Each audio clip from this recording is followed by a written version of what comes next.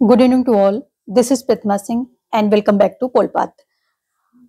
आप अंतरराष्ट्रीय संबंध पढ़ रहे हैं और इस आईआर की क्लास में हम कंटिन्यूएशन में चल रहे हैं। पूरा जो इसमें पीजीटी का सिलेबस है वो कंप्लीट किया जा रहा है और ये बाइलिंगुअल क्लास है। इसके पहले हमने बहुत सारी चीजें डिस्कस कर ली, जैसे कि राजनीति, जो अंतरराष्ट्रीय राजनीति एवं अंतरराष्ट्रीय संबंध, इसमें क्या डिफरेंसेस हैं, कौन कौन से सब्जेक्ट इन दोनों के अंतर्गत आते हैं, क्या क्या इसके जो अंतरराष्ट्रीय राजनीति है, आईपी के कौन कौन से नाम दिए गए, कौन कौन से उचित ठहराए गए, कौन कौन से अनुचित, कौन सी दो विचारधाराएं हैं जो कि एक आदर्शवादी और दूसरी है यथार्थवादी, यानी कि आइडियलिस्टिक एंड रियलिस्टिक, दो विचारधाराओं के यानी कि दो अप्रोचेज की बातें हमने की। मार्गेनथाउ के बारे में हमने उनके विचार जाने और मार्गेनथाउ की जो 6 पॉइंट थे उस पर भी हमने चर्चा की। जो यथार्थवाद की मूल मान्यताओं के संबंध में जो 6 पॉइंट इन्होंने बताए हैं उसके बारे में भी हमने चर्चा कर ली है। आज हम देखेंगे कि किसी भी राष्ट्र की राष्ट्रीय हित को पूरा करने के लिए सबसे जरूरी क्या होता है। नेशनल इंटरेस्ट को फुलफिल करने के लिए सबसे जरूरी चीज जो होती है वो होती है शक्ति, यानी कि शक्ति, पावर के थ्रू ही जो है कोई नेशन अपने नेशनल इंटरेस्ट को फुलफिल कर सकता है, उसको अचीव कर सकता है। ठीक है, तो अंतरराष्ट्रीय राजनीति में प्रत्येक देश क्या करते हैं कि अपने राष्ट्रीय हितों की पूर्ति करने में लगे रहते हैं और ये पूर्ति किसके माध्यम से, शक्ति के माध्यम से ही होती है। और मार्गेनथाउ ने शक्ति को साधन और साध्य दोनों स्वरूपों में विवेचित किया है, लेकिन अंत में वो शक्ति को साध्य मान लेते हैं। क्यों मान लेते हैं? क्योंकि ये कहते हैं कि शक्ति के द्वारा ही क्या होता है, शक्ति के द्वारा ही किसी राष्ट्र की राष्ट्रीय हित की पूर्ति होती है। तो इसलिए राष्ट्रीय हित से अधिक ये शक्ति को महत्व दे देते हैं इसी बात पर कि यदि किसी ये क्या कहते हैं कि जब एक राष्ट्र को शक्ति प्राप्त हो जाती है तो उसके राष्ट्रीय हितों की प्राप्ति स्वतः होने लगती है, ऐसा ये बोलते हैं। तो इस बात पे इन्होंने क्या है, शक्ति को मार्गेनथाउ ने, क्वेश्चन आता है कि मार्गेनथाउ ने शक्ति को क्या माना है, साधन और साध्य दोनों माना है। जैसा ऑप्शन होगा वैसा आप चुनेंगे। लेकिन यदि बात करें कि अंततः उन्होंने क्या माना है, तो अंततः उन्होंने शक्ति को साध्य माना है, क्योंकि इनका मानना है कि जब शक्ति प्राप्त हो जाती है किसी राष्ट्र को, पावर उसके पास होती है, तो उसके जो इंटरेस्ट होते हैं वो अपने आप ही क्या होने लगते हैं, फुलफिल होने लगते हैं, ऐसा इनका मानना है। तो वही बात यहाँ पर दी गई है कि achievement of national interest is possible only through power. ठीक है, सेम थिंग यहाँ आपकी हिंदी में भी दी गई है कि राष्ट्रीय हितों की प्राप्ति कैसे होगी। राष्ट्रीय हितों की प्राप्ति होगी शक्ति के माध्यम से ही संभव है। जिस राष्ट्र के पास शक्ति है तो उसके राष्ट्रीय हित स्वतः ही पूरे होने लगते हैं। अब आगे देखेंगे कि according to Morgenthau there are 2 types of interest. Morgenthau के अनुसार कितने प्रकार के हित होते हैं? तो ये 2 प्रकार के होते हैं हित।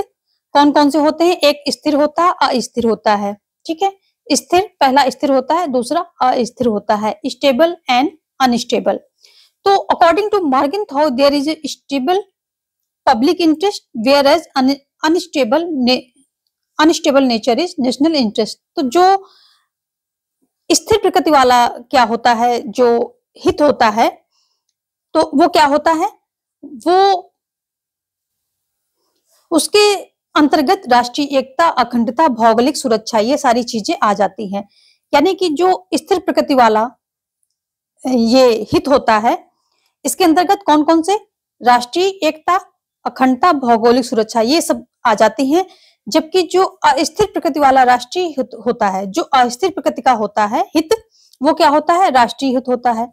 और स्थिर प्रकृति वाला हित क्या होता है, वो इसको सिर्फ हित बोलते हैं। स्थिर प्रकृति वाला हित होता है जबकि अस्थिर प्रकृति वाला राष्ट्रीय हित होता है। जो हित होता है उसके अंतर्गत राष्ट्रीय एकता, अखंडता, भौगोलिक सुरक्षा, यानी कि national unity, integrity, geographical security आदि, ये सभी जो है आ जाते हैं। जबकि जो राष्ट्रीय हित होता है, राष्ट्रीय हित के अंतर्गत क्या आ जाएगा, राजनीतिक, आर्थिक, सांस्कृतिक, सुरक्षा संबंधी ये सारे मामले जो है आ जाते हैं। तो नेशनल इंटरेस्ट, जो इंटरेस्ट में national unity, integrity, geographical security, और नेशनल इंटरेस्ट के अंतर्गत political, economic, cultural cultural, security related matters. तो इतने सारे जो है आ जाते हैं नेशनल इंटरेस्ट के अंतर्गत, और जो इंटरेस्ट के अंतर्गत ये दोनों को डिवाइड किया है इन्होंने, क्या क्या चीजें किसके अंतर्गत आती हैं। तो हित दो प्रकार के होते हैं, स्थिर, अस्थिर। स्थिर प्रकृति वाला हित होता है, अस्थिर प्रकृति वाला क्या होता है, राष्ट्रीय हित होता है। और हित में यानी कि जो इंटरेस्ट होता है, national unity, integrity, geographical security, ये सभी चीजें आ जाती हैं। जबकि जो नेशनल इंटरेस्ट होता है उसमें political, economic, cultural, security related matters ये सभी आ जाते हैं। तो आगे क्या है, आगे देखेंगे। It is clear from the above discussion that national interest does not have any definite meaning. तो क्या बता रहा है ये कि राष्ट्रीय हित के संदर्भ में जो उपरोक्त जितना भी आपने यहाँ पर देखा है, जो भी यहाँ पर विवेचना दी गई है, इससे ये साबित हो रहा है कि राष्ट्रीय हित का कोई निश्चित अर्थ नहीं होता है। आगे क्या है कि there is diversity in the view of thinkers in the context of national interest due to which both the nature of international politics is changing. तो क्या कह रहा है कि राष्ट्रीय हित के संदर्भ में विचारकों के दृष्टिकोण विविध हैं, भिन्न भिन्न हैं, जिसके कारण अंतरराष्ट्रीय राजनीति की प्रवृत्ति और प्रकृति दोनों ही परिवर्तनशील है, यानी कि ये लगातार चेंज होती रहती है। नेक्स्ट क्या कह रहा है आगे है कि Morgenthau was analysing the national interest said that at least the national interest should be such that the political unit of the state is maintained and its identity is remain maintained. Morgenthau ने राष्ट्रीय हित की व्याख्या करते हुए कहा है कि कम से कम राष्ट्रीय हित ऐसा होना चाहिए जिससे किसी राज्य की राजनीतिक इकाई कायम रहे और उसकी पहचान भी बनी रहे। ऐसा मार्केनथाउ बोलते हैं कि जिनका जो है राष्ट्रीय हित की जो व्याख्या करते हुए कहा है इन्होंने, कम से कम राष्ट्रीय हित ऐसा होना चाहिए जिससे उसकी अपनी राजनीतिक इकाई जो है कायम रहे और उसकी पहचान भी बनी रहे। ऐसा राजनीतिक हित ना होना चाहिए कि ठीक है किसी में मर्ज हो जाओ और अपनी पहचान ही खो दो और अपना जो है राजनीतिक इकाई जो है वही उसी को मिटा दो। तो ऐसा कहते हैं, ऐसा नहीं होना चाहिए। राजनीतिक इकाई भी बनी रहे और उसकी पहचान भी बनी रहे। ऐसा राजनीति, कम से कम इतना जो है राष्ट्रीय हित के बारे में इतना जरूर सोचना चाहिए। जब विदेश नीति करते हैं या अंतरराष्ट्रीय लेवल पे जाकर के कोई संधि करते हैं तो इस बात का जरूर ध्यान रखें कि जो राजनीतिक इकाई है और वो बनी रहे और उसकी पहचान भी बनी रहे, यानी कि उसकी जो राजनीतिक, आर्थिक, सांस्कृतिक जो विशेषताएं हैं वो उसकी अपनी बनी रहे। आगे क्या बताते हैं, मार्केनथाउ ने राष्ट्रीय हित की परिभाषा में अखंड राजनीतिक संस्कृति, राजनीतिक अर्थशास्त्र को जोड़ने का प्रयास किया है। सेम यहाँ पर है कि Morgenthau has tried to add integral political culture and political economy in the definition of national interest. तो यहाँ पर जो है आगे कुछ फैक्ट दिए गए हैं, fact of national interest. National interest के कुछ फैक्ट हैं, कुछ तथ्य हैं। कौन कौन से हैं ये महत्वपूर्ण है और इनमें से क्वेश्चन आपके बनते हैं। पहला है मनोबल, दूसरा है नेतृत्व, तीसरा है शक्ति और फिर क्या है आर्थिक समृद्धि, सांस्कृतिक एकता की रक्षा, शांति। ये जो 6 हैं ये मेन क्या है फैक्ट हैं, किसके हैं, नेशनल इंटरेस्ट के। Will power, leadership, power and economic prosperity, protection of cultural unity and peace, ये सभी हैं। तो इसको हम जो मेन पॉइंट है इसके अंतर्गत विल पावर में, लीडरशिप में, इन सभी को हम एक्सप्लेन कर रहे हैं। तो आप यदि चाहें तो इनको नोट डाउन कर लें, मेन पॉइंट इनकी नोट डाउन आप कर लीजिए ताकि आपको इनके अंतर्गत क्या बातें कही गई वो भी पता रहे। तो सबसे पहले हम देखेंगे मनोबल यानी कि विल पावर। तो किसी भी देश का मनोबल राष्ट्रीय हित का प्रमुख तत्व होता है। यदि किसी राष्ट्र में मनोबल नहीं है तो वह राष्ट्रीय हित की पूर्ति नहीं कर सकता और दूसरों के दबाव में आ जाता है। इसलिए क्या है कि मनोबल राष्ट्रीय हित का प्रमुख आधार होता है। तो जो विल पावर है ये बहुत अहम रोल प्ले करता है किसमें, किसी राष्ट्र की राष्ट्रीय हित को फुलफिल करने में, उसका एक ये प्रमुख तत्व है। दूसरा क्या है नेतृत्व। तो नेतृत्व के बारे में भी आप जान लीजिए। लीडरशिप क्या कहती है कि अंतरराष्ट्रीय राजनीति में होता क्या है कि नेतृत्व की यानी कि लीडरशिप की एक प्रभावी भूमिका होती है, एक जो है बहुत बड़ा इसका रोल होता है। क्योंकि यदि नेतृत्व अविवेकपूर्ण निर्णय ले लेता है डिसीजन मेकिंग जो उनकी गलत अगर हो गई तो राष्ट्रीय हित चोटिल हो जाता है। राजनीतिक या सामाजिक दोनों क्षेत्रों में नेतृत्व की योग्यता से राष्ट्रीय हित सुरक्षित रहता है। तो इस प्रकार जो है नेतृत्व की, लीडरशिप की एक अहम रोल होता है यहाँ पर। तीसरा क्या है? पावर, यानी कि शक्ति। शक्ति पर बात कर लेंगे हम। तो राष्ट्रीय हित को सुरक्षित करने के लिए शक्ति अंतरराष्ट्रीय राजनीति की आधारशिला है। इसको जो है मॉर्गनथाउ ने सबसे ज्यादा क्या है जो महत्व दिया है किसको? शक्ति को। तो राजनीतिक, ये अंतरराष्ट्रीय राजनीति की क्या है? ये आधारशिला है किसी देश की शक्ति, जिसके माध्यम से देश की आंतरिक एवं बाह्य समस्याओं को प्रभावशाली ढंग से निपटा जा सकता है। इसीलिए मॉर्गनथाउ ये मानते हैं कि अंतरराष्ट्रीय स्तर पर अपनी पहचान कायम रखने के लिए, अपने राष्ट्र के जो इंटरेस्ट हैं उनको फुलफिल करने के लिए अधिक से अधिक शक्ति अर्जित करनी चाहिए।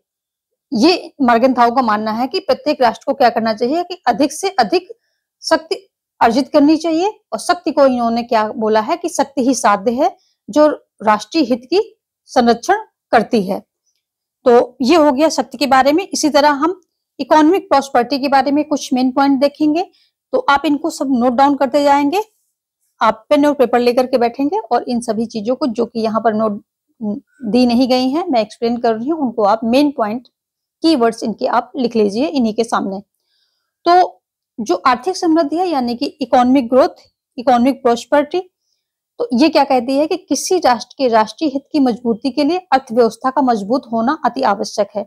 ये बात आपको बहुत पहले कौटिल्य ने भी बताई थी। कौटिल्य ने जो है जो पूंजी होती है यानी खजाना होता है किसी राज्य का, उसको इन्होंने महत्वपूर्ण, कौटिल्य ने जो है महत्वपूर्ण स्थान दिया था। क्योंकि अगर खजाना खाली है किसी राज्य का तो वो कोई भी व्यवस्था बनाने में क्या हो जाता है? असक्षम हो जाता है। लेकिन यदि खजाना भरपूर है तो हर तरह की व्यवस्थाएं बनाई जा सकती हैं। तो इसी से आप समझ सकते हैं कि जो आर्थिक समृद्धि है वो कितनी महत्वपूर्ण होती है। आर्थिक रूप से संपन्न राष्ट्र ही शक्तिशाली होते हैं, जिससे राजनीतिक स्थिति मजबूत होती है। जैसे जैसे राष्ट्र उन्नत करता जाता है वैसे वैसे अंतरराष्ट्रीय स्तर पर उसकी पहचान स्थापित होती जाती है। तो आप जैसे देख लेंगे कि अमेरिका हो गए और बहुत सारे जो अमेरिका, फ्रांस, रूस, तो ये सब क्या है, अभी चाइना भी बढ़ रहा है आगे। तो ये क्या है? आर्थिक समृद्धि वाले देश हैं। तो इनका क्या है? आर्थिक जैसे जैसे ये उन्नति कर रहे हैं वैसे वैसे इनकी क्या है? पहचान अंतरराष्ट्रीय स्तर पर बढ़ती जा रही है, पहचान उभर कर आ रही है। यानी कि इनकी जगह अपने आप अंतरराष्ट्रीय स्तर पर इनकी पहचान अपने आप उभर रही है। पांचवा क्या है? Protection of cultural unity. तो सांस्कृतिक जो यूनिटी है उसका भी प्रोटेक्शन बहुत इंपॉर्टेंट रखता है।